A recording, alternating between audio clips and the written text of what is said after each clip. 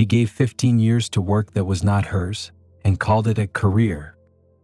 Florence Scovel Shinn trained as a fine artist at the Pennsylvania Academy of Fine Arts. She could draw anything. She spent the next 15 years illustrating children's books, other writers' stories, other publishers' lists. The name on every cover belonged to someone else.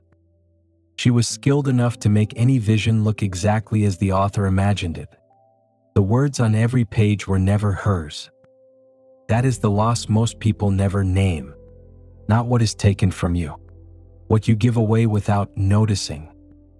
You have also been giving your best hours to something that was not yours. Not with a pencil, with your time, your attention, your energy. The job that pays the bills but drains the spirit. The relationship you sustain because leaving feels like failure. The path you stay on because you have already walked so far down it. You call it responsibility. Shinn called it the most expensive loss she never noticed.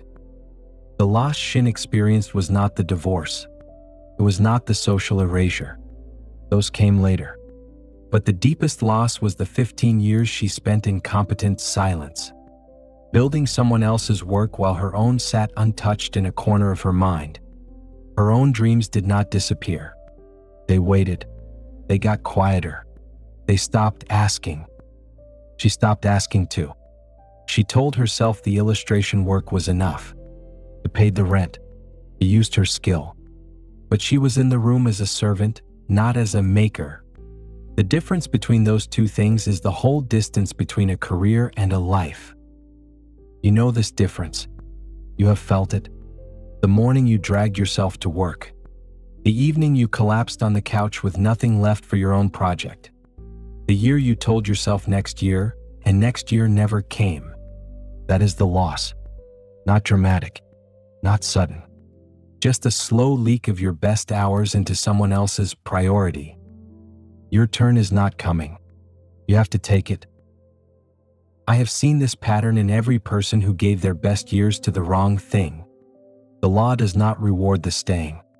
It rewards the knowing when to move. Shinn's $8 woman came to her worn out, dejected, discouraged. It was a hot summer day. The woman had been to every agency, every contact, every possibility she could think of. Nothing. She possessed exactly $8. That was all that remained of whatever she had started with. She told Shinn her situation. She expected advice. She expected a plan. Shinn did not give her advice. She gave her a blessing. She blessed the $8. She called them seed. Then she asked, "Have you a hunch to do anything or to go anywhere?" The woman said she had a hunch to go home. Home was a distant city. Home was a place of lack and limitation. The reasoning mind said, "Stay in New York. Find work. Do not move. Do not spend. Hold on to what little you have." Shinn said, "Then go home. Never violate a hunch." The woman left immediately. She had just enough money for the ticket. Within weeks, through an old family friend encountered by chance, thousands of dollars arrived. Doors opened that she had not known existed. The reasoning mind would have kept her poor. The hunch made her rich. This is the reframe Shinn taught. Loss is not the opposite of gain. It is often the entrance to it. The $8 were not a problem to solve. They were the exact amount required to make the woman willing to follow a hunch instead of a plan. If she had $80, she might have reasoned. If she had $800, she would have stayed. The loss cleared the path. The emptiness created the willingness.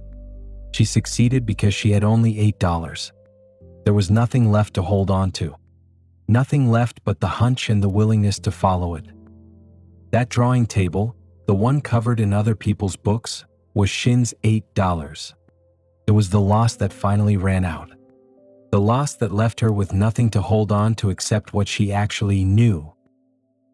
Most people believe that loss means you made a mistake. Shinn believed that loss means you were being corrected. The mistake was not the 15 years of illustrating. The mistake would have been staying for 16. The correction came when she finally said, No more building someone else's vision. My turn. The loss was not the end of the story. It was the point where the story finally became hers. That is the only question worth asking about any loss. What is it correcting you toward? Think about the thing you lost. The job that ended. The relationship that failed. The dream you had to bury. The money that did not come. The opportunity that passed you by. What if it was not a punishment? What if it was the door closing on the wrong room so you would stop wandering the hallway?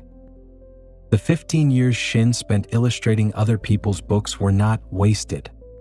They were the exact education required to recognize what she did not want. She learned what it felt like to build someone else's empire. She learned what it cost to stay invisible. She learned that being paid is not the same as being alive. When she finally wrote her own book, she did not wonder if it was the right thing. She knew, because she had spent 15 years doing the wrong thing. Every dull day at that drawing table was a data point. Every book with someone else's name on the spine was evidence. She was not failing. She was collecting information. You have been collecting information too. The wrong job taught you what you will not tolerate. The wrong relationship taught you what you actually need. The wrong city taught you where you belong. The loss was not the end of the lesson. The loss was the lesson. And the person who understands that does not grieve the same way twice. They grieve once and then they move. But understanding is not enough. You still have to open your hand. Shinn's $8 woman did not lose $8. She spent them. On a hunch. On a ticket home. On the willingness to follow something other than reason. The money went out and the law moved.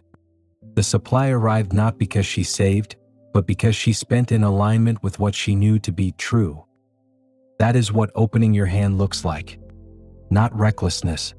Not desperation. Alignment. She did not throw the money away. She spent it on the one direction that felt true, and the law moved to meet her there. You have been holding on to things that need to be spent. Time, energy, loyalty to paths that lead nowhere. The fear that if you let go, nothing will replace what you lost. Shinn's evidence says the opposite. What you release in alignment creates space for what belongs to you. The law does not fill a closed hand. It has never filled a closed hand. It fills the open one, the one that spent $8 on a hunch and boarded a train home with nothing left to reason with. If she had $8,000, she would not have asked for help at all. The abundance she was holding on to would have kept her poor. She began to speak deliberately after 15 years of silence. Not because she was ready. Because she had finally learned what silence cost. The drawing table where she had built someone else's story sat empty. On it, a blank page. Her name. Her words. Her turn. The woman who came with $8 left with a direction. The woman who spent 15 years serving someone else's vision picked up her own pen.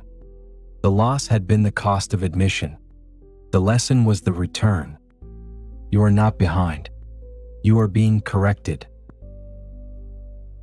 What you lost was the lesson. What you lost was the lesson. What you lost was the lesson.